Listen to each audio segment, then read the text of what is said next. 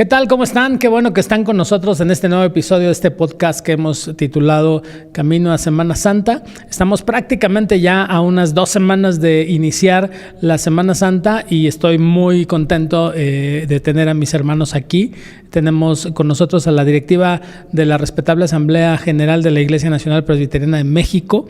No están todos, nos falta mi hermano Rafael Pérez de León, que es el vicepresidente, pero bueno, aquí están la mayoría de mis hermanos con nosotros colaborando y tengo frente a mí a mi hermano Adolfo, a mi hermano Edwin y acá a mi izquierda a mi hermano Julián, quienes son parte de forman la directiva de la Iglesia Nacional, y me da mucho gusto recibirlos aquí y que estén aquí con nosotros. Gracias, pastor. Pues de veras que es una oportunidad que tenemos de compartir y también de hacer una invitación a la Iglesia Nacional Presbiteriana, a todos los evangélicos, para que en este tiempo de Semana Santa podamos unirnos en un mismo pensamiento, en un mismo espíritu de adoración y sobre todo de gratitud al Señor después de 2 años de pandemia, de no haber celebrado la Semana Santa como estábamos acostumbrados a hacerla, ¿no? Bueno, ahora tenemos la oportunidad, primeramente Dios, ¿verdad?, de estar de manera presencial como iglesia y celebrar este tiempo que es importante. Gracias, pastor, por habernos invitado a participar y esperamos que este diálogo sea de bendición a la vida de la iglesia. No, gracias a ustedes. Como ven, estamos de manteles largos porque están ustedes aquí con nosotros y gracias por tomar un tiempo para estar con nosotros. La verdad es que nos agarró Semana Santa, la pandemia nos agarró poquito antes de Semana Santa, ¿no? Antes de Semana Santa. Y nos toma en una época donde para nosotros la celebración de la Semana Santa litúrgicamente es lo más relevante que tenemos. Entonces, ¿cómo vieron y cómo vivieron desde su trinchera esta primera Semana Santa en pandemia? ¿Cómo asumieron esa circunstancia? Bueno, realmente fue algo nuevo, un reto que exigió mucho de nosotros como pastores, como líderes en la iglesia, sobre todo para poder guiar a la iglesia a expresar esa adoración al Señor en un tiempo tan difícil, ¿no? Luego de que la forma en que estaba la iglesia acostumbrada a celebrar la Semana Santa se interrumpe a pocos días, y entonces se tiene que retomar o reinventar todo para poder celebrar la Semana Santa, pensando precisamente en expresarle al Señor todo ese agradecimiento por la obra salvífica en nuestro favor. Entonces fue un reto bastante grande, ¿no? Uh-huh. A mí me interesa saber de ustedes y que lo compartan con nuestros hermanos, cómo se vive en el país el tema de la Semana Santa, porque ustedes tienen una visión, además de que son de otras regiones, no son del centro, ninguno de ustedes es del centro, todos son del sur, pero ¿cómo ustedes ya hoy tienen la visión de todo el país, de norte a sur? ¿Cómo se vive la Semana Santa? ¿Cómo la perciben ustedes en toda la región? Pastor, creo que esta es una oportunidad para agradecer al Señor, pero también de poder utilizar los medios que estaban cerca de nosotros, pero que no habíamos acudido a esos medios. Y esta pandemia abrió la oportunidad para valerse de esos medios y predicar el Evangelio de Jesucristo. Pero sobre todo en esta Semana Santa creo que hay mucha emoción. El pueblo de Dios, la iglesia, está en espera de poder expresar nuevamente una gratitud en medio de todo lo que ha pasado, una gratitud al Señor, porque en medio de todo Dios nunca se ha alejado de nosotros. Su gracia sigue reflejándose en nuestra vida. Pastor, la celebración de la Semana Santa, especialmente en el sur, en el sureste de nuestro país, antes de la pandemia, era pues una celebración de gran trascendencia. La iglesia evangélica, la iglesia presbiteriana tiene muy presente, ¿verdad?, que es una fecha de gran importancia. Entonces la iglesia se prepara para la celebración de la Semana Santa, actividades durante toda la semana, se preparan los coros, participan los niños, los jóvenes, y sobre todo el día viernes de crucifixión, la resurrección, el culto matutino. Yo recuerdo que íbamos al templo a las 5 de la mañana, ¿verdad? Y luego cuando vino el cambio de horario, no, pues había que ir mucho más temprano y terminábamos el culto, pues todavía ni amanecía, ¿no? ¿Verdad? Pero era una alegría, ¿verdad? Celebrar la Semana Santa, recordar la resurrección de Cristo. Y bueno, 2020, pues nos apagó a todos, ¿verdad? Y pues que ahora ya no nos vamos a poder reunir, y ahora ¿qué hacemos, no? ¿Verdad? Bueno, pues algunos lograron tener algunas actividades virtuales, otros pues se reunieron en las casas. Bueno, porque como usted bien acaba de mencionar, ¿verdad? La pandemia llegó muy pocos días antes de Semana Santa. Pero ya ni siquiera para irnos de vacaciones, ¿no? Porque pues no podíamos salir a ningún lado, ¿no? Teníamos que estar en casa, y entonces pues todo el mundo en casa a ver qué hacemos, ¿no? ¿Verdad? Todavía no teníamos la facilidad que ahora tenemos de los diferentes medios y plataformas, ¿no? ¿Verdad? Para tener cultos virtuales. A 2 años todavía no los perfeccionamos, ¿no? Pues imagínense a un mes, ¿verdad? Pues hombre, pero bueno, fue creo que una de las experiencias muy difíciles que vivimos como iglesia, el no poder celebrar algo que era parte de nuestra liturgia, ¿no? Y donde todo el mundo se preparaba para celebrar la Semana Santa, ¿no? Las familias, los niños, los jóvenes, todo el mundo, ¿no?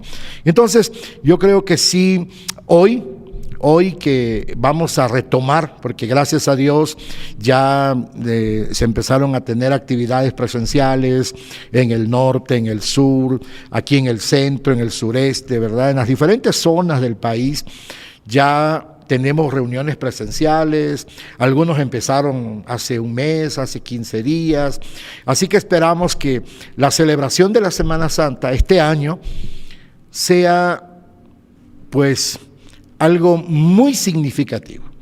Después de 2 Semanas Santas que no pudimos ir al templo, yo creo que ahora va a ser algo de gran impacto para la vida de la iglesia y también para los no creyentes. Entonces, nosotros vemos que en el campo nacional hay expectativa, la gente se está preparando para celebrar la Semana Santa. En algún momento, hace 2 años, se hablaba de que la iglesia se iba a acabar, ¿no? Que ya era el momento en que la iglesia iba a acabar, que ahora sí no iba a resistir este momento. Y previo a Semana Santa, pues como que yo he dicho, aunque yo no lo creí, la verdad es que el pensamiento de una de otra manera sí surge, ¿no? Uno tiene que considerar absolutamente todo. Pero a nivel nacional, ¿ustedes cómo lo vivieron? ¿Cómo lo sintieron? ¿La iglesia estaba pensando a eso? ¿Realmente pensaban que se iba a acabar todo? ¿O cómo lo evalúan ustedes ahora a la distancia? Bueno, realmente consideramos que los pensamientos fueron diversos. O sea, hubo una mezcla de ese sentir de persecución con ese sentir de una oportunidad de predicar el evangelio utilizando todos los recursos tecnológicos que se presentaron. Entonces vemos que no fue un pensamiento unificado, ¿no? Sí, alguno pudo pensar, bueno, estamos en persecución, otros pudieron pensar, bueno, están atacando específicamente a un sector de la iglesia, en fin, ¿no? Pero el sentir unificado de la Iglesia Nacional al respecto de este punto, creo que no se tuvo. Algunos pensaron que era una oportunidad, otros vieron una persecución, pero al final de cuentas creo que la iglesia pudo dar lo que tenía para dar en ese momento, tanto de sí hacia el Señor como hacia la misma iglesia, ayudarse mutuamente, consolarse unos a otros, pero la iglesia estuvo allí, viva. O sea, más que ver a una iglesia que se opacó por causa de esta pandemia, fue una iglesia que se dejó ver como una iglesia viva, una iglesia que pudo adorar al Señor en medio de la crisis, una iglesia que supo predicar el evangelio en medio de una situación inesperada. Entonces vimos eso, una iglesia viva, una iglesia que está allí, una iglesia que solo esperaba esa oportunidad para dar todo lo que tenía. Específicamente, hermano Julián, en Chiapas la iglesia presbiteriana tiene una presencia enorme, ¿no? Todos sabemos que es una presencia enorme, y hay pastores que en Chiapas tienen 5 iglesias, 6 iglesias, y algunas son de miles de miembros, ¿no? Y Semana Santa, por ejemplo, se plantea como una semana del trabajo pastoral de día a día, ¿no? Y en medio de toda esa circunstancia, usted que está muy cerca de nuestros hermanos, ¿cómo lo vivieron allá este tiempo de pandemia? Pues en primer lugar, muchos pastores buscaron otras alternativas. Como no llega hasta el día de hoy las plataformas que se ha mencionado, entonces tuvieron que ingeniar. Los pastores tuvieron que arriesgarse a ir al campo. Tuvieron que tomar una decisión de ir a predicar el evangelio porque no había otra forma. Y eso me llamó mucho la atención, de que en algunos lugares, no en todo, en algunos lugares nunca cancelaron el culto, porque era la única forma de llegar a las personas, de predicar el evangelio, porque no hay WhatsApp, no hay internet, entonces tenían que hacerlo presencial. Y eso me llamó la atención en algunos lugares. En otras partes sí buscaron cómo poder valerse de los medios, pero fue muy reducido ese medio, porque no hay tanto como acá la capacidad. Fue muy ligero, fue muy limitado esa oportunidad que tuvieron. Pero sí, me llama la atención porque algunos pastores que no sabían cómo escribir un mensaje, cómo grabar un audio, los jóvenes aprovecharon para grabar el mensaje y mandarlo por vía WhatsApp. Entonces llegó el evangelio en otras comunidades donde a veces salían a la ciudad y recibían el mensaje grabado por el pastor. Claro, todo en la lengua materna, pero me llamó la atención eso. Hay audios en el día de hoy que siguen circulándose, que se grabó en tiempo de la pandemia. Pero algunos lugares, no en muchos, pero en algunos lugares nunca cerraron el templo. Sobre todo en este tiempo, pues ya están en los preparativos nuevamente para celebrar la Semana Santa. Sí, es una realidad completamente diferente. Digo, no solo en Chiapas, hay otras regiones donde es una realidad completamente diferente y donde la tecnología no es que no se pueda usar, simple y sencillamente no existe. Y entonces se vuelve completamente diferente cómo abordan una circunstancia así, ¿no? No, y luego esto fue un impacto tremendo para la iglesia, ¿no? No solo para la iglesia presbiteriana, sino para toda la iglesia evangélica, ¿no? Fue un impacto tremendo. Y bueno, la gente buscaba respuesta. ¿Qué va a pasar? Y como, volviendo a la pregunta original, ¿no? Muchos dijeron, bueno, pues este es el fin ya de la iglesia, ¿no? ¿Verdad? ¿Qué va a pasar? Algunos retaron la fe, dijeron, no, por fe tenemos que estar allá, ¿verdad? Y otros dijeron, bueno, tenemos que cuidarnos. Y recuerdo que ese momento, ese tiempo, ¿no? Fue para nosotros, como directivos de la Asamblea General, un reto, porque tuvimos que tomar decisiones, ¿verdad? O sea, no hay nada escrito, ¿no? La pandemia llegó sin aviso, nadie estaba preparado. Es más, a fines del 2019, cuando escuchamos que allá en China se empezó a dar el virus y que pues al final nosotros pensamos que eso se iba a quedar allá, ¿verdad? Que no iba a llegar a nosotros. Nadie se preparó, todos estábamos confiados. Cuando dijeron, ya está en México, hay que cerrar los templos. Bueno, lo primero fue suspensión de clases, ¿no? Y todo el mundo dijo, pero ¿cómo, no? ¿Verdad? Si faltaba 1 o 2 semanas para que llegaran las vacaciones de Semana Santa, ¿no? Suspensión de clases, ¿verdad? Y recuerdo que Yucatán suspendió 1 semana antes de la suspensión a nivel nacional. 1 semana antes suspendieron las actividades escolares. Y bueno, y la iglesia, ¿qué hace la iglesia, no? Todo estaba preparado para celebrar Semana Santa, ¿no? Y cuando se dijo, pues hay que cerrar los templos, no es posible por cuidar la salud, por cuidar la familia, por responsabilidad. Y pues algunos dijeron, pues se acabó la iglesia, hasta aquí llegamos, ¿verdad? Y tuvimos que tomar decisiones así inmediatas, hacer recomendaciones sobre lo que no estaba escrito, ¿verdad? No estaba escrito, no teníamos nada previsto para esto, pero bueno, creo que al final, hoy, cuando hacemos una reflexión de todo lo vivido, considero que, gracias a Dios, la iglesia no depende de nosotros, no depende de lo que diga la Asamblea General, no depende del sínodo, no depende de un presbiterio. La iglesia depende de Cristo, depende de Dios. Y Dios es el que ha sostenido a la iglesia hasta hoy. Y la iglesia está, ahí está. Y hoy, con mucha alegría lo decimos, ¿verdad? Hoy nos estamos preparando para esta magna celebración, que no solamente es en México, sino en casi todo el mundo.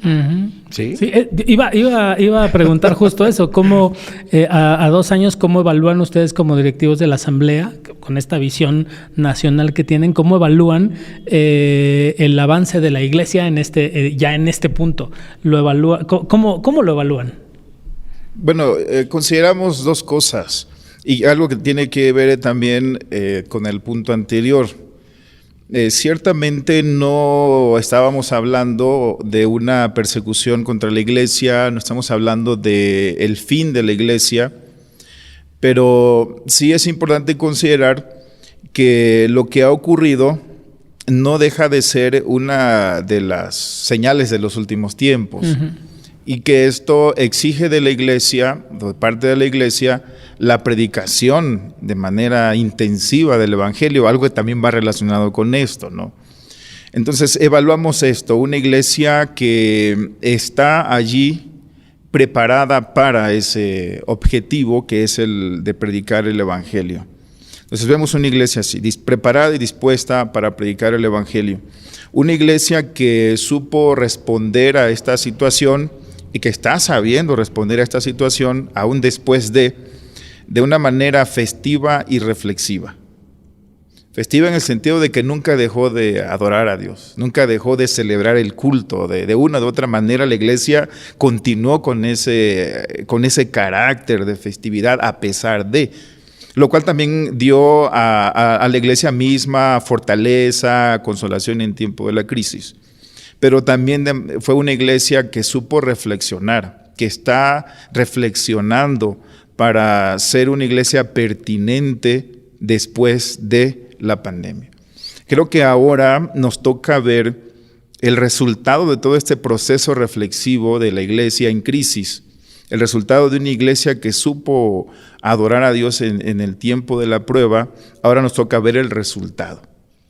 Creo que estamos a la puerta de ver cómo la iglesia impactó, no solamente la misma iglesia, cómo impactó al mundo, pero también cómo cada familia cristiana impactó a aquellos que aún no conocían al Señor. El resultado está a punto de verse ahora que habrán de retomarse nuevamente las actividades presenciales en los templos. Estamos a punto de ver eso, estamos en la expectativa de ver cuál es el resultado de este proceso reflexivo, de este proceso festivo, de este tiempo en el que el Señor nos dijo, estoy pronto a retornar y debes predicar con mayor intensidad el Evangelio. Sí, porque al final las redes sociales son engañosas, ¿no? O sea, de repente se optó por las redes sociales y no falta quien tiene 20,000 views, ¿no? Un alcance de 50,000 personas. Pero vamos ahora ya que regresemos presencialmente al 100%, que no sé exactamente cuándo sea, pero ya se ve más cerca el momento, vamos a ver qué tan cierto es todo eso, ¿no? Claro, sí, en ese sentido creo que debemos tener claro que el tema de las redes sociales no son ese punto de referencia para medir la efectividad de la iglesia, sino solo una herramienta para, ¿no? Entonces, si nosotros entendemos cuál es el concepto correcto de las redes sociales en la predicación del Evangelio, no nos vamos a equivocar al momento de interpretar todo esto. Es decir, son una herramienta pero no son realmente esa medida que nos ayudará a definir qué tan efectivos fuimos en ese sentido, ¿no? Sí, y en comunidades como las que plantea mi hermano Julián, donde los pastores tuvieron que armarse de fe y donde muchos, creo que es probado el llamamiento, ¿no? En un momento crítico así, donde no hay opción más que vas y te enfrentas yo hago referencia a nuestros hermanos que hoy están en Ucrania, por ejemplo, que están en medio de la guerra, y que en medio de la guerra no hay otra posibilidad, ¿no? Más que enfrentarse, esconderse o enfrentarlo, ¿no? Y en Chiapas y en algunas otras regiones de nuestro país no había otra opción más que enfrentarlo. Y vimos a lo largo de todo este tiempo, pues hermanos caídos, ¿no? Soldados caídos en el camino, algunos porque tenían que ir, algunos por diferentes circunstancias, pero la verdad es que la fe de estos nuestros hermanos es algo que hay que celebrar, me parece, ¿no? La otra parte importante, que es muy importante, valga redundancia, ¿verdad?, considerar el servicio que nosotros estamos comprometidos a aprender de Cristo, y creo que lo estamos haciendo. Una vida de servicio. Porque también, tristemente, sí hay pastores que en medio de todo eso ya no están con nosotros. Pero se consagraron. Y esto nos motiva a nosotros también, la vida que Dios nos ha dado, de consagrarlo para un servicio, pero también de adoración. Las familias que ya quedaron sin padre, sin hijo, sin iglesia, sin pastor, pero aún en medio de todo eso se están preparando esta Semana Santa para seguir adorando al Señor. Creo que son dos conceptos muy importantes, el servicio y la adoración. Mientras que Dios nos da esta vida, debemos estar siempre dispuestos a servir, pero también estar todo el tiempo adorando al Señor, porque nuestra vida es muy corta, pero es una oportunidad que tenemos, como mencioné al principio. No solamente es una oportunidad para aprovechar los medios, sino que valorar nuestra vida y consagrarlo para el Señor. Entonces yo admiro a esas familias, a esas iglesias sin pastor, pero en medio de todo eso están listos para adorar al Señor en esta Semana Santa. Es una expresión de gratitud y de adoración. Me parece que en ese sentido es la mejor manera que tenemos de glorificar al Señor, por supuesto, y de honrar la memoria de esos caídos, ¿no? Sí. Que de alguna manera dieron su vida en el servicio, en el trabajo, y que se esforzaron, y que hay familias que perdieron, como decía mi hermano, al padre, y las iglesias al pastor, pero que aún en medio del dolor y de la crisis, pues siguen adelante glorificando al Señor y sirviendo. Creo que eso es seguir adelante para nosotros es como la mejor manera de honrar esa memoria de nuestros hermanos. Que por ahí había una lista, no sé si sea una lista exhaustiva, pero de repente puede ser la lista mucho más grande, pero finalmente creo que todos los que alguna vez hemos visto la lista, pues sabemos que han sido pastores que entregaron su vida, ¿no? Que estuvieron ahí. Así es. ¿No? Y de ahí deriva el hecho de que pues ustedes también, cuando llega la pandemia, se los ponen en una línea de batalla que pues también es desconocida, ni modo de voltear al presidente anterior y decirle, oye, ¿cómo le hiciste? No, pues, nadie sabía cómo hacerle. Claro. Y ustedes también se vieron en una circunstancia muy complicada. ¿Cómo la vivieron? ¿Cómo la resolvieron? No, pues pastor, creo que es algo difícil de explicar. Se fueron tomando decisiones sobre la marcha, a cómo fuimos viviendo cada momento, cada experiencia, las noticias de los pastores que morían, ¿verdad?, por el contagio del virus. Perdón que lo interrumpa tantito. Lo que pasa es que quiero decirle a mis hermanos que nos están viendo que ellos reciben todo tipo de preguntas y todo tipo de cosas de todo el país, ¿no? Sí, es decir, cuando llegó esta pandemia, pues muchos pastores y muchas iglesias fueron a ellos y ¿qué hacemos? Y entonces ¿qué hacemos? Sí, ¿no? ¿qué hacemos?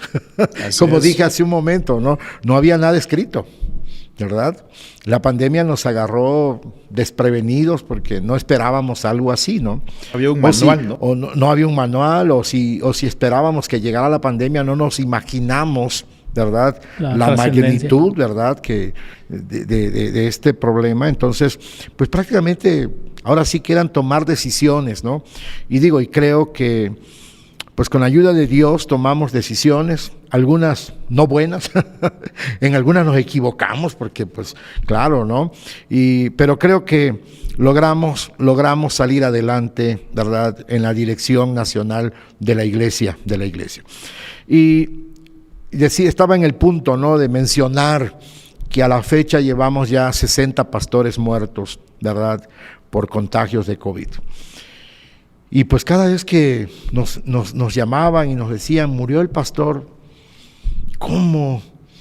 Y recuerdo el primer impacto que yo de manera muy personal viví fue cuando me avisaron que el pastor Bernabé Bautista, ¿verdad?, había muerto. Creo que el pastor Bernabé, a ver, pastor Edwin, si me ayuda, yo no sé si el pastor Gamaliel fue el primero o el pastor Bernabé de la iglesia presbiteriana. Fue el pastor Bernabé, después el pastor Gamaliel. Bernabé fue el primer pastor de la iglesia presbiteriana que murió por COVID.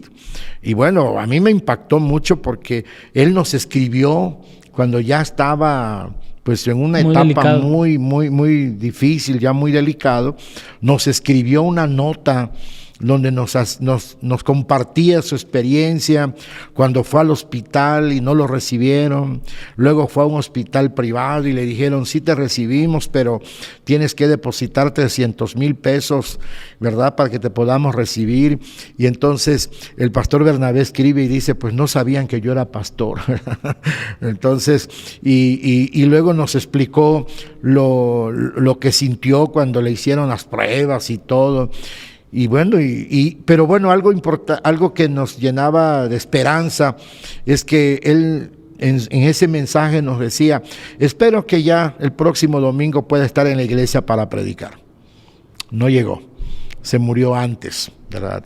Entonces, luego el pastor Bernabé aquí en la Ciudad de México, luego el pastor Gamaliel, ¿verdad?, en el estado de Tabasco, del presbiterio de la Chontalpa, ¿verdad?, fue el segundo pastor. Y bueno, y luego pues su hija, ¿verdad?, también se muere. Pero fue una crisis tremenda, ¿no?, ¿verdad? Y bueno, a la fecha ya llevamos 60 pastores, ¿verdad? Y hemos dicho, después de la pandemia nada será igual, nada será igual. Nosotros antes de la pandemia habíamos iniciado un proyecto que lo habíamos denominado Una Iglesia Contemporánea, alcanzando las nuevas generaciones. Y en algún momento alguien nos dijo, no, pastor, eso no es posible. Aquí la iglesia no cambia. Y lo que estamos haciendo lo seguiremos haciendo. No se va a cambiar nada.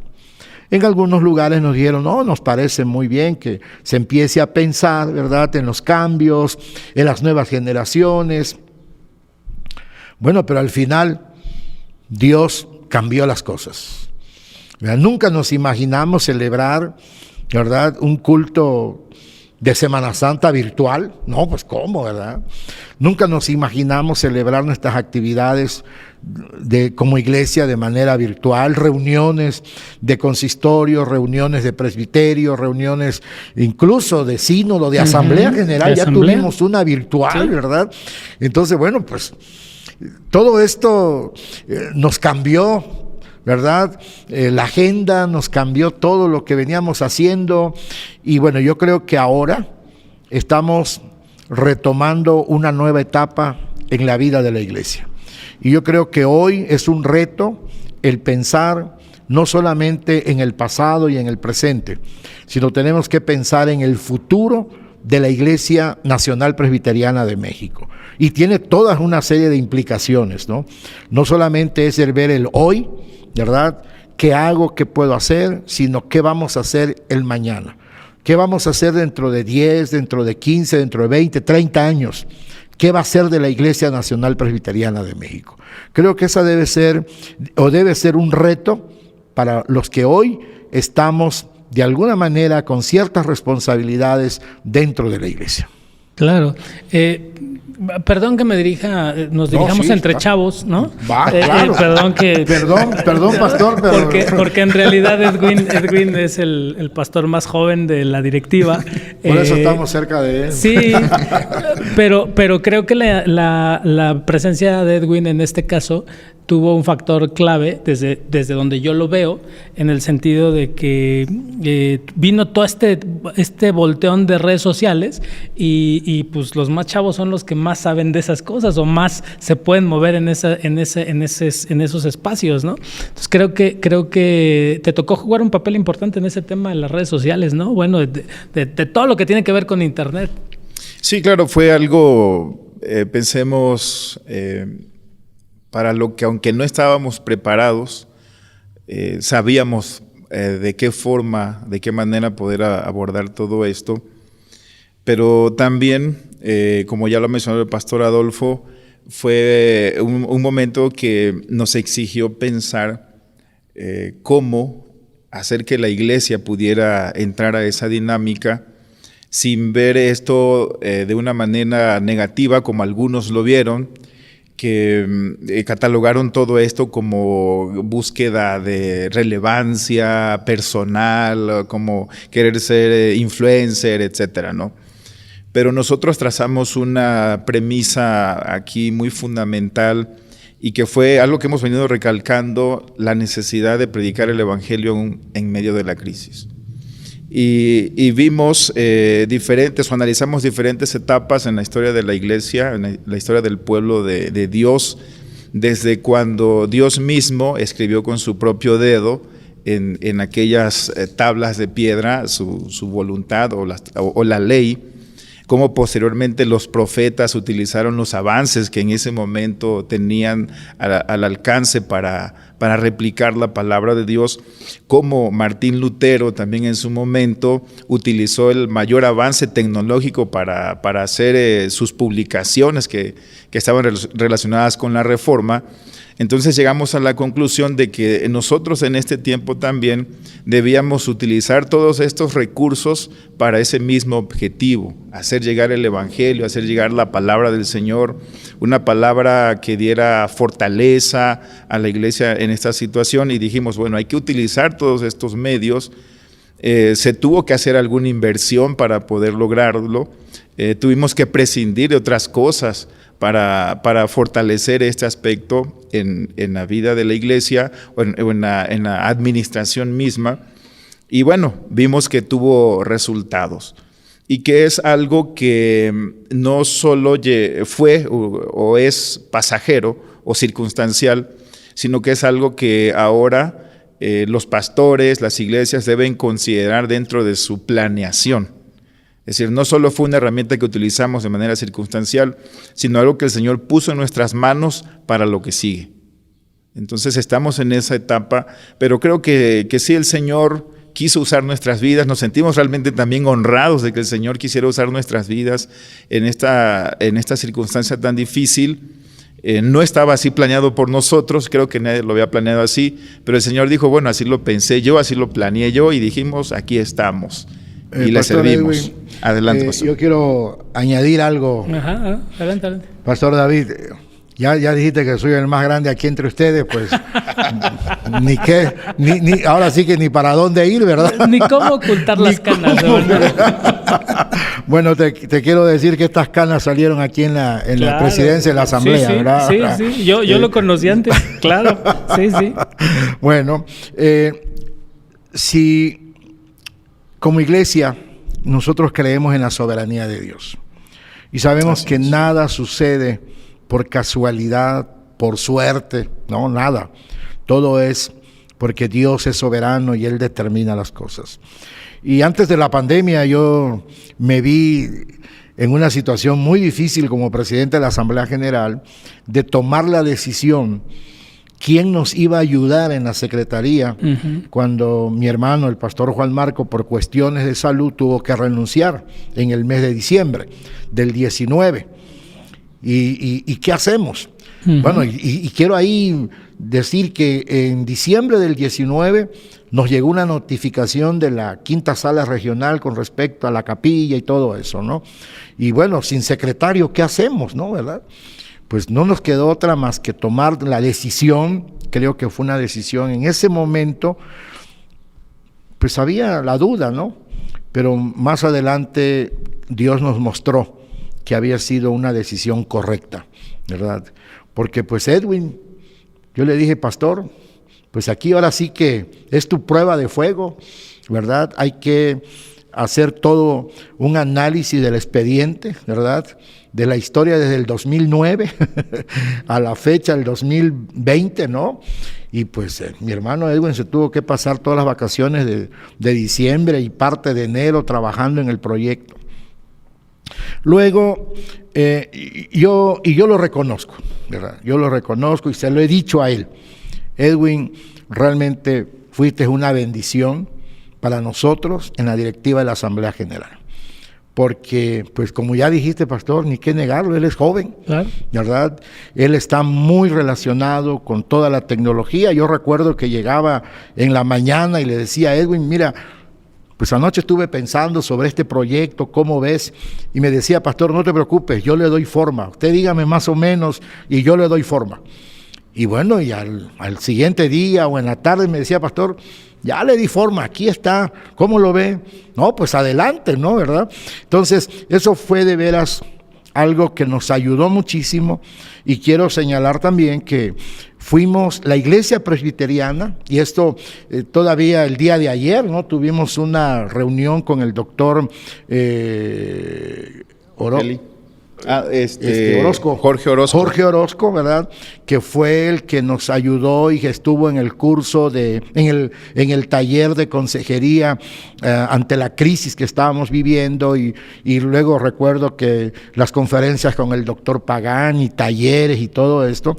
Y la iglesia presbiteriana, a nivel denominaciones, fue la primera iglesia que inició con las actividades virtuales. Y cuando tengo la oportunidad de reunirme con los líderes denominacionales, me dicen, pastor, es que la iglesia presbiteriana nos abrió la puerta, ¿verdad? Pero yo creo que parte de todo esto se logró por el apoyo que tuvimos del pastor Edwin, que ha sido una bendición a la vida de la iglesia, a la vida de la directiva, ¿verdad?, en todo este proyecto. Yo no quiero pasar por alto, no reconocer su labor y trabajo, ¿verdad? Y a veces, pues, tiene que trabajar. Claro. Horas extras. Sí. Sí, tiene que trabajar horas extras. Sí, yo soy testigo que todos se van de vacaciones y el hermano Edwin se queda en la oficina. Sí, compartimos barda, ¿no? Y entonces por ahí nos encontramos en el estacionamiento, y todos se fueron de vacaciones a sus respectivos ranchos que cada uno de ellos tiene, menos Edwin, por supuesto, y yo tampoco tenemos rancho, y está trabajando. Y yo desde donde yo estoy, desde la trinchera donde me toca servir, pues fue evidente que el tema de la juventud de Edwin, pues fue pieza fundamental para entender esas cosas y abrir camino, ¿no? En ese tema, que era un tema importante. Y Edwin plantea un tema que me parece importante, que cae en la cancha de mi hermano tesorero, ¿no? El tema de que ahora este tema tecnológico tiene que estar dentro del panorama económico de las iglesias. Así es. Ya está dentro de los presupuestos, ¿no? Sí. Hay iglesias que seguramente no lo tendrán dentro de los presupuestos, pero pues ustedes evidentemente pues ya lo tienen dentro del presupuesto. Tenemos un proyecto por ahí esperando a ver qué pasa, pero pues también el tema económico, hermano, fue un tema sensible en este tiempo, ¿no? Cómo la Asamblea General ha surfeado en medio de este desierto económico. Es una parte muy, muy importante, no solamente en la asamblea, sino que creo que pensemos en la iglesia. Algo importante que mencionó el presidente desde un principio, pues ahora vamos a invertir, pero ya con resultados. Tenemos que ver en dónde vamos a invertir. Tuvimos que recortar varios apoyos, concentrarnos en lo primordial, y así se fue aplicando en todo este proceso. Y gracias al Señor nos ha sostenido hasta este momento. Y eso veo también en la vida de la Iglesia Nacional. Las iglesias ahora han invertido en equipo, cosa que ni pasó por la mente de los pastores o de la directiva hace ya de aquí a 3 años atrás. Pero se ha invertido mucho y eso ha traído bendición. Ahora las redes sociales están saturadas de cosas del Señor. Sí, claro. Antes veías otros programas, músicas mundanas siempre ha estado presente, pero ahora entras y ya de pronto llega Puertas de Salvación. Te llegó una notificación de que hay una transmisión para tal día. Y eso es muy importante, pero todo eso tiene un costo. Claro. Y eso lo ha vivido la iglesia. Pero la Asamblea General lo vivió y gracias al Señor hasta ahorita nos ha sostenido. Perdón. No, adelante. Pero es una parte muy importante, Claro, pues, claro. invertir en esos equipos. Nosotros tenemos una experiencia, pues todos nuestros equipos eran ya de 4 o 5 años atrás que se habían adquirido y recuerdo que cuando transmitíamos, ahí mi hermano Edwin andaba luchando y sufriendo porque se atoraba la máquina, el procesador no jalaba, los programas no los aguantó. Bueno, era una situación de crisis, ¿no? ¿Cómo le hacemos? Pues que es desesperante, además. Sí, pues te están esperando, sabes que la gente te está esperando y que el equipo no jala. Y le digo, bueno, yo tengo aquí la máquina de la presidencia, ¿no? ¿Verdad? Pues ahí te la voy a dar para que trabajes porque me parece que tiene mayor capacidad, ¿verdad? Que la que tienes ahí en la secretaría. No, pues la quemó. Se la di, le puse un programa y se quemó, ¿no? Y ahora, ¿qué hacemos, verdad? No, pues, bueno, gracias a Dios ya logramos equipar la oficina de la asamblea, ¿verdad? Logramos equiparla ya con máquinas, pues que creo que son ya, que van a responder a las necesidades, al trabajo, y ha sido una inversión muy grande, pero creemos que va a ser no solamente para un periodo, sino para 2, 3 periodos, porque hemos logrado, ¿verdad?, adquirir máquinas que responden a la necesidad que hoy se tiene, ¿verdad? Entonces ya siempre le digo, oye, no vas a quemar la máquina, ¿verdad? Pero bueno, y eso nos pasa, y yo creo que las iglesias, como bien decía el pastor Julián, ¿verdad?, muchas iglesias, yo sé de muchas iglesias que están invirtiendo para ir adquiriendo sus equipos, y nosotros podemos ver, ¿verdad?, en las transmisiones ya la calidad, cómo ha mejorado, ¿no? Recuerdo que cuando empezamos lo hacíamos con el celular, ¿verdad? Claro. Con el celular y darle vuelta y acomódate. No, pues por ejemplo ahora aquí, ¿verdad?, ya tenemos cámaras, ¿verdad?, que tienen alta definición, equipos, micrófonos y todo. No, las cosas han cambiado muchísimo, ¿verdad? Claro. Ya podemos llegar con una mayor fidelidad, ¿verdad?, a todo, ¿verdad?, el campo, a la iglesia. Entonces yo creo que eso hoy es parte de los cambios y del quehacer en la vida de la iglesia. Claro, finalmente el tema creo que es que en algún momento se pensaba antes de la pandemia que la iglesia iba a sufrir. De hecho, nosotros como presbiterio preveíamos, ¿no?, el tema de que debía haber iglesias que iban a ser apoyadas, ¿no?, tanto para el salario del pastor como para algunas cosas. Y la sorpresa es que vemos iglesias invirtiendo en tecnología, ¿no? No solo no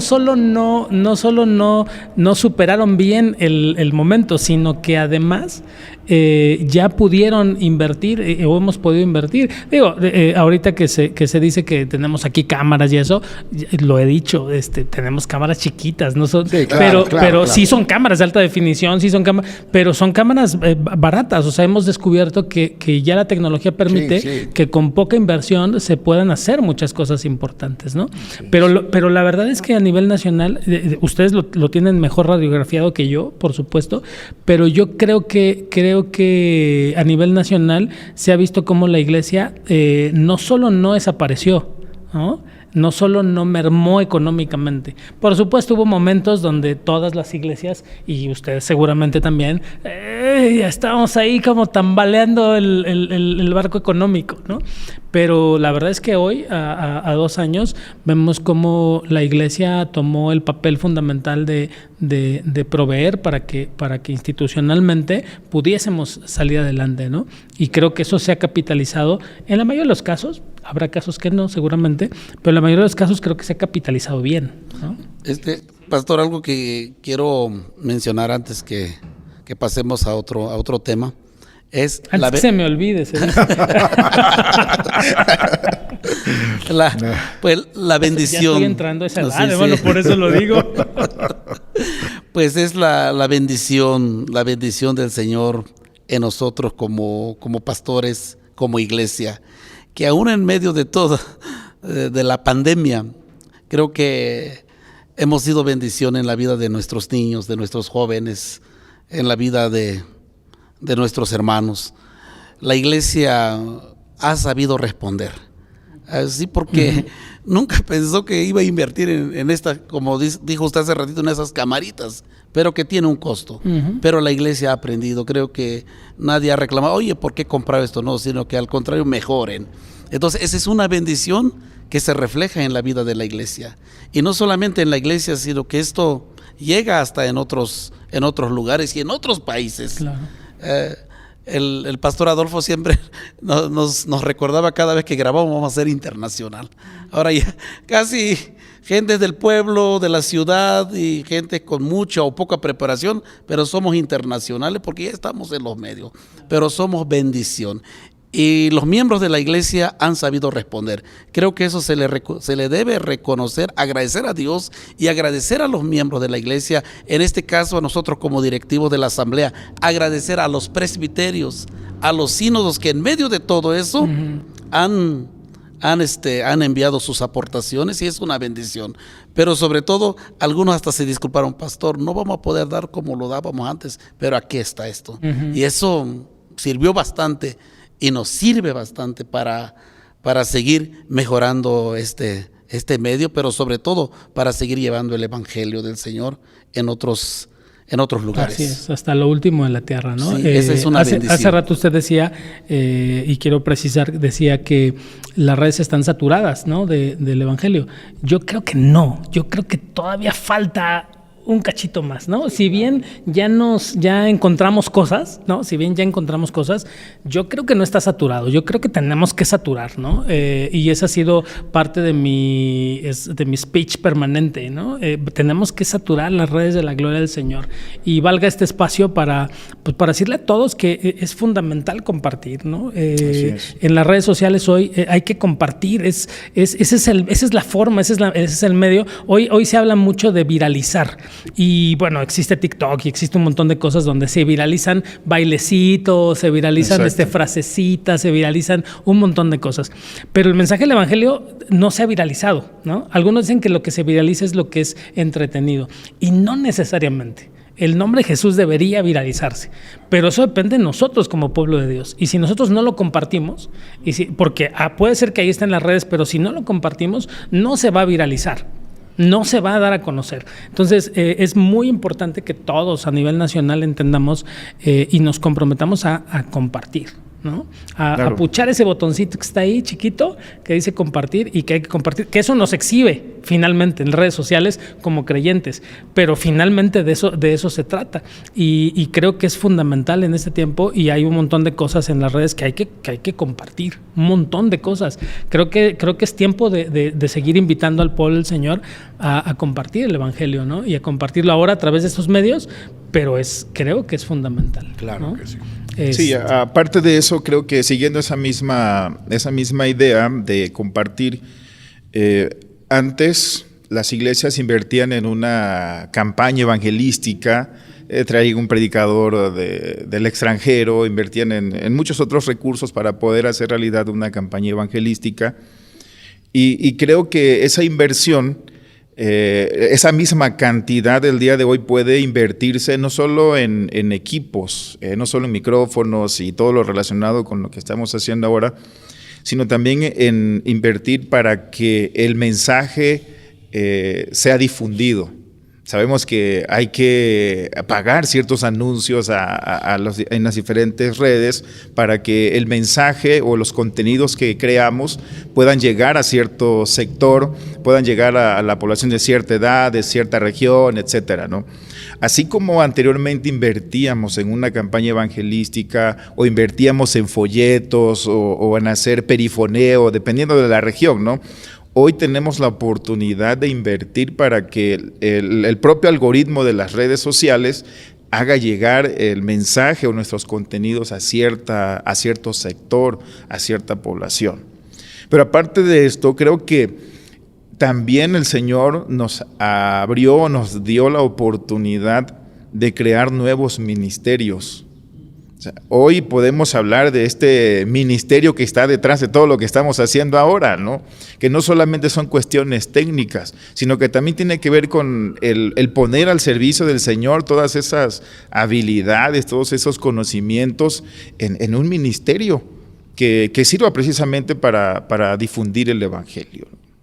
Sí, el Ministerio de Medios, pues es un ministerio que hoy, bueno, yo decía, ahora que hablaba en semanas pasadas con mi hermano Eric Lara, el pastor del Divino Salvador, hablábamos acerca del Ministerio de Redes y decíamos que el Ministerio de Redes no existe en la Constitución de la Iglesia Nacional Presbiteriana, ¿no? No existe, no existe. Podemos hablar de evangelización, pero no existe el Ministerio de Redes.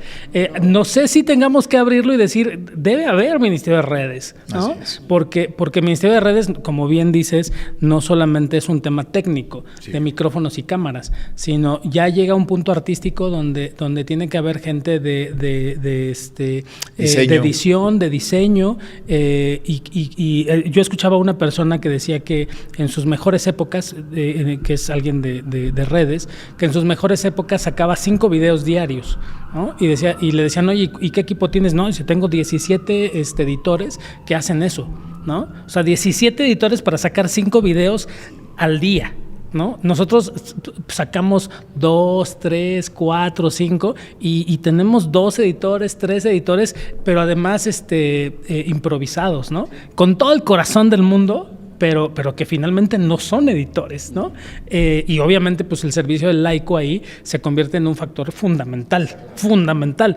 Pero finalmente, y esto va a ir avanzando, y a dónde tendremos que ir llegando y cómo tenemos que ir resolviendo eso dentro de las iglesias. Entonces, el Ministerio de Medios me parece que es una cosa que ya está ahí y que tenemos que ver cómo vamos a resolver, ¿no? Entonces, ahí propuesta para Asamblea General, Ministerio de Medios. Pastor David, yo creo que algo que, bueno, retomando lo que hace un momento decías, ¿no? Refiriéndote al trabajo del pastor Edwin, porque es joven, ¿verdad? Yo creo que hoy, ante esta situación que estamos viviendo, los pastores en las diferentes regiones del país tenemos que echar mano ya de los jóvenes que están al día con la tecnología, que le conocen, porque, y aquí vienen los cambios, ¿no? De los que hablamos hace un momento, ¿no? Normalmente estábamos acostumbrados a que nuestras actividades estaban enfocadas, o quienes las realizaban. Era el pastor, el anciano que dirigía y el pastor que predicaba. Era todo. Pero hoy, ante todos estos retos, hoy tenemos que echar mano de aquellos jóvenes, ¿verdad?, que nunca habían participado en las actividades de la iglesia, pero que hoy los estamos viendo con cómo nos están ayudando y cómo ellos son los que nos están ayudando, ¿verdad?, a salir adelante. Y, por ejemplo, todo lo que hoy aquí estamos haciendo, detrás de nosotros hay jóvenes, hay hermanos que están apoyando, que están trabajando para que esto sea posible, ¿verdad? Entonces ya no solamente es el pastor y el anciano que dirigen, ¿no? Ahora ya todavía hay un equipo que nos va a ayudar, ¿verdad?, para poder llegar más allá. Algo que yo he venido señalando en las diferentes oportunidades que Dios nos ha dado de predicar en diferentes regiones, es que hoy, este año 2022 para la Iglesia Presbiteriana es muy significativo, ¿no? Tiene una trascendencia muy grande, que como directivos habíamos planeado celebrar en el 2020, desde el 2019 empezamos a proyectar, a hacer una agenda, a ver nuestras actividades, y teníamos planeado, ¿no?, tener actividades presenciales en diferentes zonas pues en Chiapas, por ejemplo, puedes reunir a 15,000 gentes, ¿verdad? En algún lugar, en cualquier zona de Chiapas, en Tabasco también, en Yucatán, en la península, aquí en el centro, en el norte del país, y teníamos planeado, ¿verdad? Bueno, Dios nos cambió los planes, porque íbamos a celebrar los 150 años de la llegada del Evangelio a nuestro país, ¿verdad? En 1872, que es la fecha oficial, al 2022, 150 años. Los 75 años de la organización de la Asamblea General, ¿verdad? Que se dio en el 1947. Bueno, estábamos proyectados, ¿no? En el 2020 llegó la pandemia y tuvimos que decir, pues ya no se puede. Pensamos que en el 2021...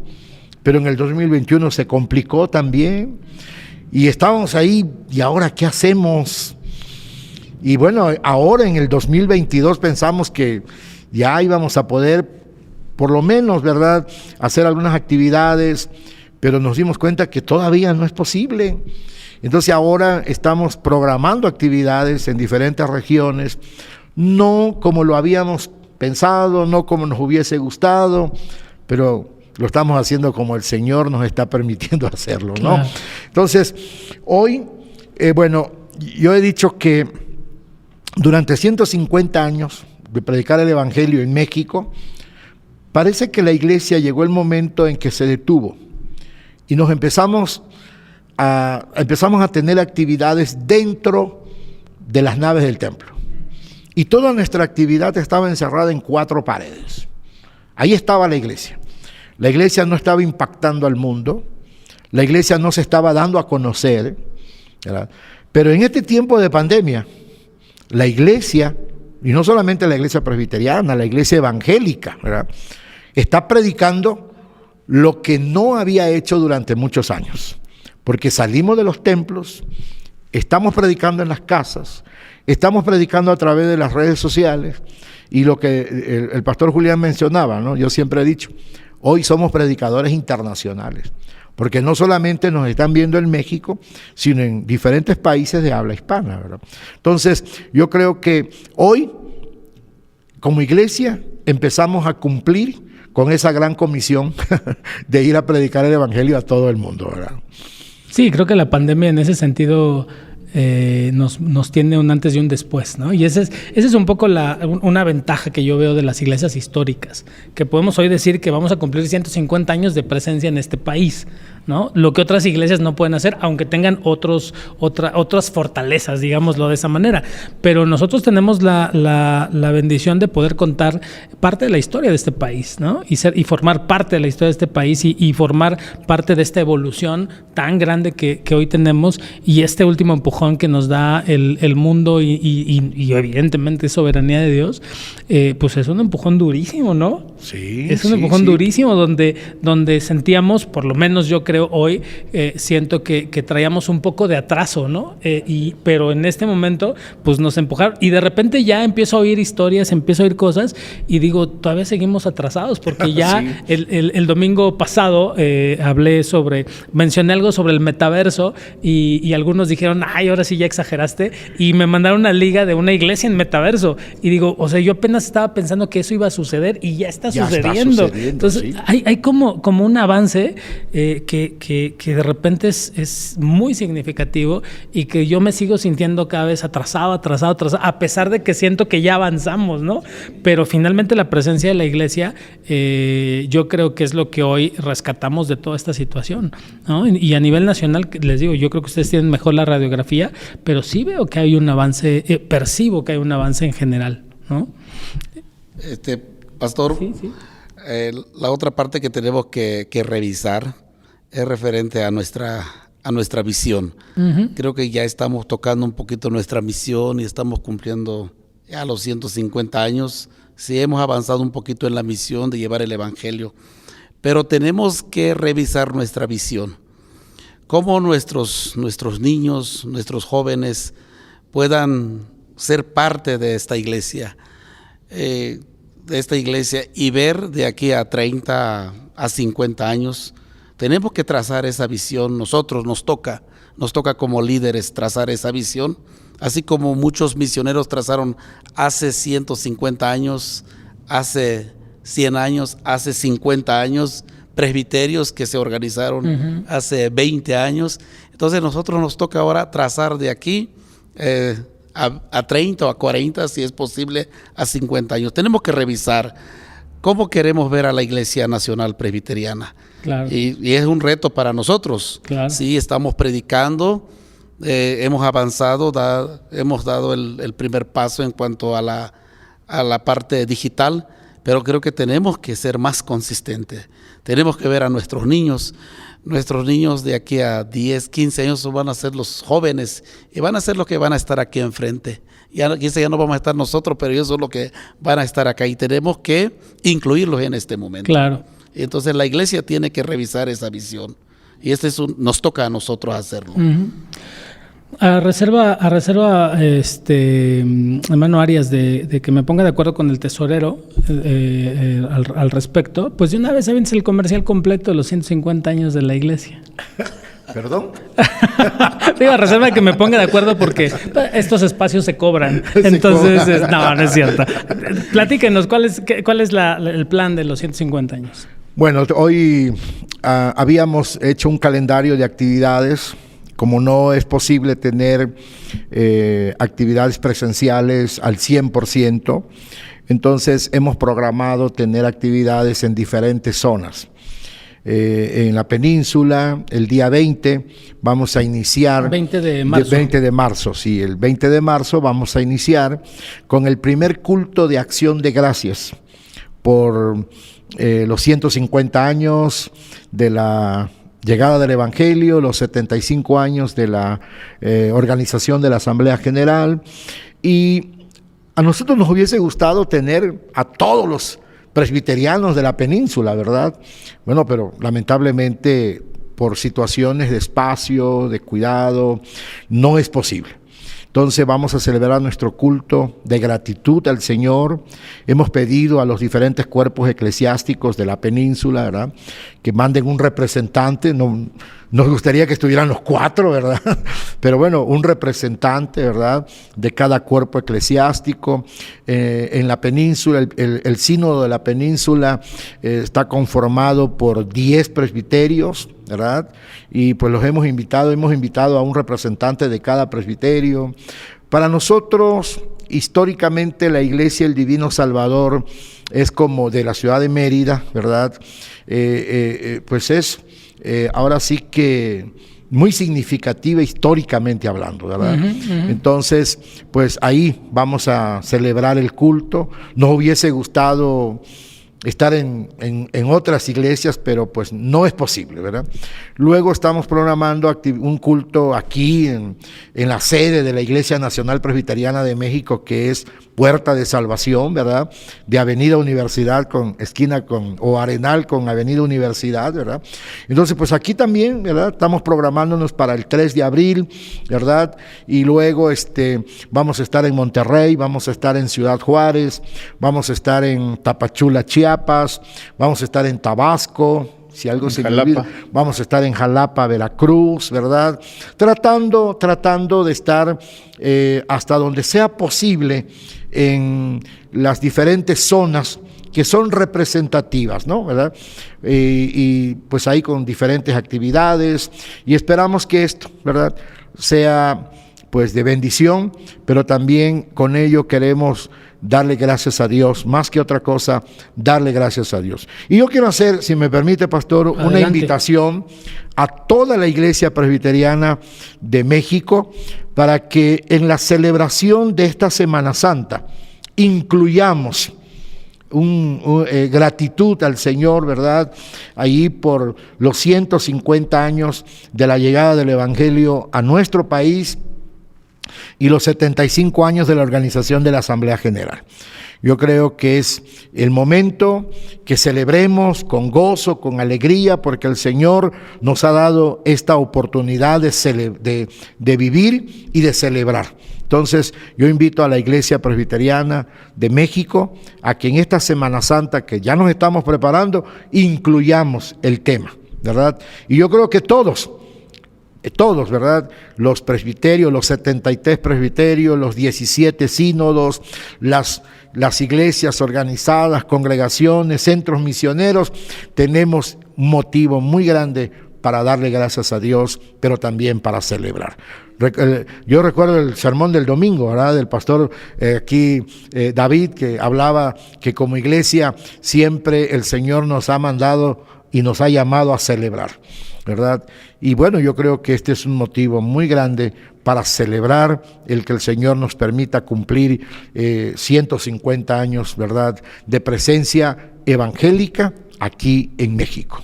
Amén. ¿Cuáles son las redes sociales en las cuales, bueno, todo va a estar en redes sociales, Sí, supongo? pastor, ¿Cuáles son las redes sociales a las que tenemos que dirigirnos? Bueno, se compartirá en la página de Facebook de cada iglesia donde llevemos a cabo la actividad. También pondremos un enlace en la página de Facebook de la respetable Asamblea General, que pueden encontrar como Iglesia Nacional Presbiteriana de México, AR. Ok.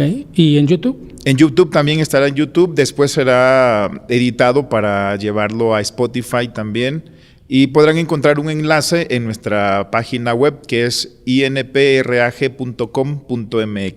¿Y el de YouTube cuál es la dirección? De YouTube es Sin Fronteras, Iglesia Nacional Presbiteriana de México. Bueno, aquí van a aparecer las redes sociales, vamos a ponerlas ahí para que las tengamos todos presentes y podamos estar presentes en esa magna celebración que seguramente, en medio de las circunstancias, pues será una celebración de mucha alegría y de mucho gozo. Que sí.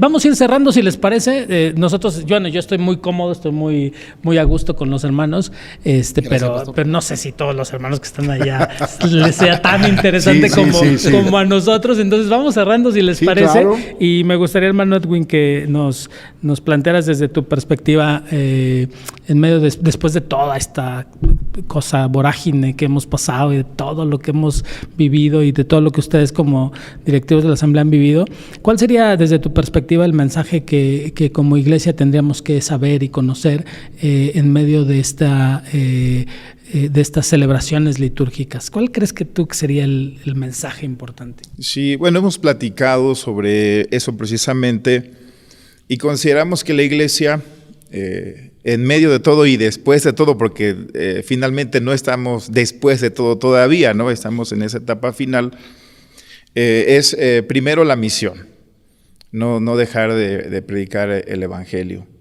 En segundo lugar, y que está relacionado también con esto, que es la compasión o la misericordia. Todo lo que ha quedado después de esta crisis exige de la iglesia la compasión, la misericordia, con ese sentido de misión. Es misión, es compasión, es misericordia, pero también es comunión. Necesitamos recuperar en medio de todo la comunión como iglesia.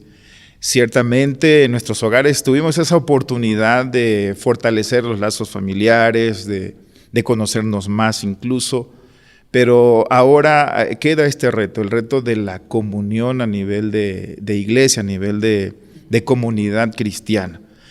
Recuperar la misión o fortalecer la misión, ampliar ese panorama de cómo hemos de ejercer la compasión o la misericordia en el sentido de misión, pero no olvidarnos de la comunión que no podemos negar que en medio de esta situación sí fue un poco quebrantada la comunión a nivel de iglesia en general, a nivel de congregación. Quizá a nivel de familia fue fortalecida, pero a nivel de congregación sí sufrimos un poco. Entonces tenemos esa necesidad de recuperar, fortalecer y cultivar la comunión después de todo esto.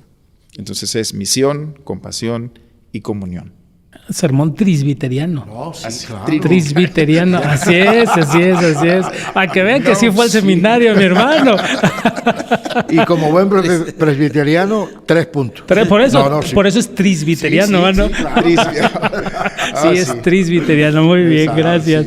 Hermano Julián, usted tocó un tema importante que me gustaría que ampliara y que compartiera con los hermanos, que es el tema de los niños. ¿Cómo visualiza usted ese futuro de los niños dentro de 40 años, 50 años? ¿Cómo lo visualiza usted?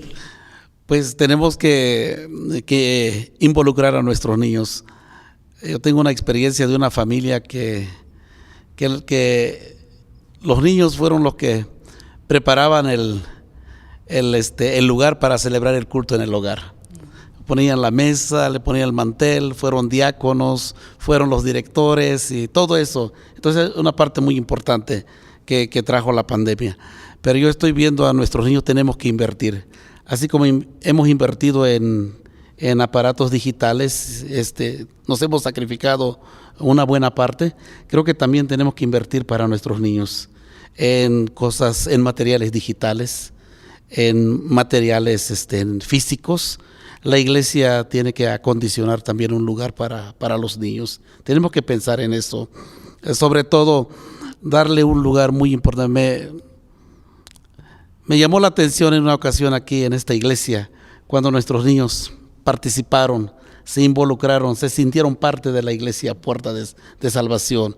Y eso, pues, traerá mucha bendición en la vida de esos pequeños que ahora ya son jóvenes. Porque hace 3 años y medio que vi a esos, ahora ya no los conozco, han crecido, ¿sí? Y los jóvenes ahora ya es una familia, ya se casaron. Entonces va muy rápido la vida. La iglesia tiene que invertir en materiales digitales, en materiales impresos, pero sobre todo, nosotros como pastor, creo que tenemos que bajar nuestra mirada al predicar, alcanzar a ver a los niños, porque a veces nuestra predicación toda va a la altura del pastor, del presidente de la asamblea, del secretario del tesorero, queremos alcanzarlo, pero creo que bajar el nivel y que alcancemos a ver a los niños, porque si alcanzamos a los niños, alcanzamos a todos, ser parte de eso. Esa es la primera parte, tomarlos en cuenta en la iglesia y también invertir para ellos. Pero la segunda parte es que la iglesia han pensado que es el futuro de la iglesia, pero los niños no es el futuro de la iglesia, es la iglesia presente. Es la iglesia presente, como dijo el gran evangelista, si ganas a un niño, has ganado una vida. Pero si ganas a un joven para Cristo, has ganado la mitad de la vida, porque ya va a la mitad. Pero si ganas a un adulto, estás ganando un pedacito ya. Pero creo que tenemos que invertir todo para ganarlo todo. Y por eso para mí quiero, así como el pastor Edwin mencionó, como buen presbiteriano, dijo usted, ¿verdad? Yo quiero mencionar 2 cosas importantes. En tiempo de esta pandemia y en tiempo de esta Semana Santa, creo que Dios envió a su Hijo para darnos vida, el valor de la vida. Dios ama la vida y nosotros debemos ser siempre promotores de la vida que Dios ofrece por medio de Jesucristo. Entonces, el valor de la vida y el valor de la familia. Según los psicólogos, en este tiempo hubo un golpe fuerte en la familia, pero creo que la iglesia ha sido bendición, porque hemos predicado en redes sociales, ha llegado en medio de la familia ese mensaje de salvación. Entonces eso ha traído bendición en nuestra familia. Son 2 cosas importantes que hay que seguir fortaleciendo, hay que seguir dándole valor a la vida y también seguir fortaleciendo la familia. Pero ahí están nuestros niños, que no es el futuro de la iglesia. Tenemos que cambiar el chip. Los niños es la iglesia presente. Si invertimos todo, ganamos todo. Muy bien. Y cuando habló de casarse, vio directamente para allá. No sé si se dieron cuenta, ¿no? Que tiene que ver con los niños también, ¿no? Claro, también tiene que ver con los niños, con el futuro que tenemos acá. Entonces, bueno, espero que la profecía haya llegado perfectamente a donde tenía que llegar. Bueno, para terminar, Pastor Adolfo, mencionaba usted el mensaje del domingo y creo que el mensaje del domingo, por lo menos a mí, me afectó directamente desde el principio. Cuando estuve leyendo, estamos revisando Deuteronomio en este momento, sí. y descubrí que Deuteronomio es un texto, para mí ha sido un descubrimiento enorme el texto de Deuteronomio, y veo a un Moisés que dice, yo ya no voy a llegar allá, ¿no? Estoy acá de este lado, y pues, ustedes son los que van a ir allá, y tienen que hacer esto y esto y esto, y tienen que recordar esto y esto y esto. Evidentemente, pues creo que usted y yo somos los mayores de este grupo. Probablemente. Creo que sí. No me diga, pero creo que, aunque ustedes no lo crean, soy mayor que mi hermano Edwin, aunque ustedes no lo crean. A mí me afectó realmente el mensaje de Deuteronomio. Porque si bien no, por supuesto, lejos de verme como un Moisés, por supuesto, lejísimos de eso, pero finalmente vamos trayendo un liderazgo donde tenemos que preparar el futuro, ¿no? Un futuro donde seguramente no vamos a estar, ¿no? Y no solo porque no querramos, sino pues porque la edad no nos va a dar, porque las fuerzas no nos van a dar, por la razón que sea, seguramente no vamos a estar. Pero usted que ha estado en la directiva y en la anterior directiva de la Asamblea General, que tiene una enorme carrera como pastor en el sur de este país, si tuviera que dirigirse a los jóvenes y decirles, mira, el futuro está allá, o sea, dentro de 50 años que seguramente no estaremos los que estamos aquí, pero tienes que acordarte de esto. ¿Qué les diría usted así? ¿De qué se tienen que acordar? Esta pregunta no estaba preparada, por eso se ríe como se ríe, porque no estaba, de hecho no estaba preparado nada, pero creo que tengo que aprovechar este momento para que gente como usted nos pueda dejar un mensaje contundente para el futuro. La historia no la podemos olvidar. Y como iglesia cristiana, no necesariamente como iglesia presbiteriana, sino como iglesia cristiana, tenemos que siempre recordar la historia y ver a los personajes que fueron parte de la historia. No solamente Moisés, ¿verdad? Vemos a Josué y a todos los líderes en el Antiguo y en el Nuevo Testamento, ¿verdad? Pablo, Calvino. Y luego ya en tiempos más contemporáneos, Calvino y la gente que pues hoy está al frente de la iglesia. Todos en su momento hemos escrito parte de la historia de la iglesia. Yo no quisiera ir tan lejos, 50 años, ¿verdad?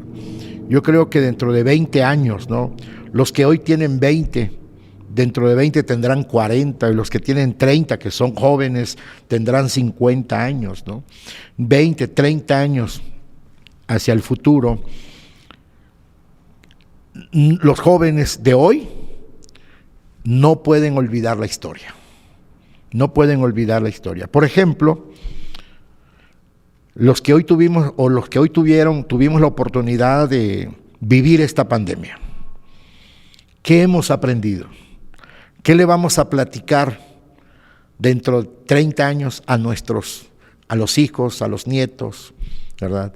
¿Qué les vamos a platicar? Esta experiencia de la pandemia. Pero yo quiero hacer énfasis en algo que a mí sí me preocupa en la vida de la iglesia, tanto jóvenes como adultos. Jesús en el capítulo 17 de Juan aborda un tema que es de gran importancia, de gran trascendencia en la oración que hace por sus discípulos. Y la oración que Jesús hace es pedir por la unidad, no solamente de los discípulos en ese momento, sino por la unidad de la iglesia, no solamente en ese momento, sino la iglesia del futuro. Lamentablemente hoy, como usted lo ha dicho, ¿verdad?, en la radiografía que tenemos del campo nacional, lamentablemente ha faltado o se ha dado, ¿verdad?, por diferentes razones, un rompimiento por cuestiones ideológicas, por cuestiones incluso teológicas y doctrinales, ¿verdad?, por cuestiones litúrgicas. Se ha dado un rompimiento, ¿verdad?, de la iglesia. Han habido separaciones y a veces vamos caminando, pero con ese sentido de rompimiento, de separación, ¿verdad? Y nos hemos olvidado que la iglesia es el cuerpo de Cristo. La iglesia es el cuerpo de Cristo. Y nuestros jóvenes de hoy tienen que tener presente que la iglesia es el cuerpo de Cristo. Y aun cuando caminemos 20, 30, 40 años hacia el futuro, no podemos olvidar que la iglesia es el cuerpo de Cristo y que debemos mantener la unidad. En medio de todas las adversidades, en medio de todas las diferencias que pudieran darse, ¿verdad?, en medio de todo lo que en algún momento, ¿verdad?, pueda presentarse en la historia del futuro, tenemos que mantener la unidad del cuerpo de Cristo. Y hoy sí, ¿verdad?, quiero pues también hacer un llamado, una invitación, ¿verdad?, a la Iglesia Nacional Presbiteriana de México, a que nos unamos con un mismo propósito, ¿verdad?, de buscar el bien, no el bien personal, el bien de la Iglesia de Cristo, ¿verdad? Que, como decía el pastor Julián, que nuestros niños dentro de 30, 40 años puedan decir: sigamos el ejemplo de los que hace 30 años atrás, en medio de una pandemia, pudieron estar unidos para la gloria del Señor. Sí, me parece importantísimo el mensaje, porque es un mensaje, pues finalmente es un mensaje de Semana Santa. ¿Sí? El viernes de crucifixión, en el escándalo de la cruz, los apóstoles se fueron todos y cada uno se fue por su lado, pero el domingo de resurrección regresaron todos y con fuerzas renovadas y salieron a predicar juntos el evangelio. Entonces me parece que podría ser un mensaje muy interesante en este momento, ¿no? Todos aquellos que creemos en el escándalo de la cruz, podríamos estar separados, pero no podemos vivir sin la luz de la resurrección, ¿no? Así es. Que nos debe unir como iglesia, como creyentes, para seguir proclamando el mensaje del evangelio. Espero de todo corazón que a todos ustedes les haya parecido muy edificante lo que aquí hemos platicado. A mí me parece muy interesante ver, como dije, la radiografía de nuestro país desde la perspectiva de sus actores principales en este momento, y espero que de verdad haya sido edificante para ustedes. Los esperamos en el siguiente podcast la próxima semana, próximo lunes, en el mismo canal donde ustedes ya saben. Que el Señor los bendiga. Amén.